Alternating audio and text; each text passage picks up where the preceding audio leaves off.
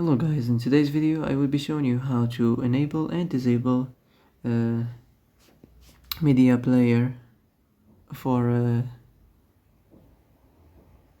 YouTube on your account on Bluesky easy and quickly. So first of all, enter the application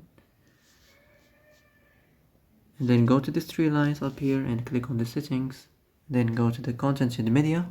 Here you will find external media. So as you see here, you will find enable media players for YouTube. So you can enable it and disable it like this. So that's it. That's how to enable and disable media players for YouTube easy and quickly.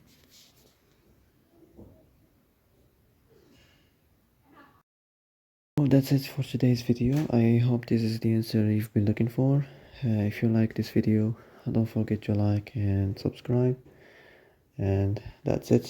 See you in the next video.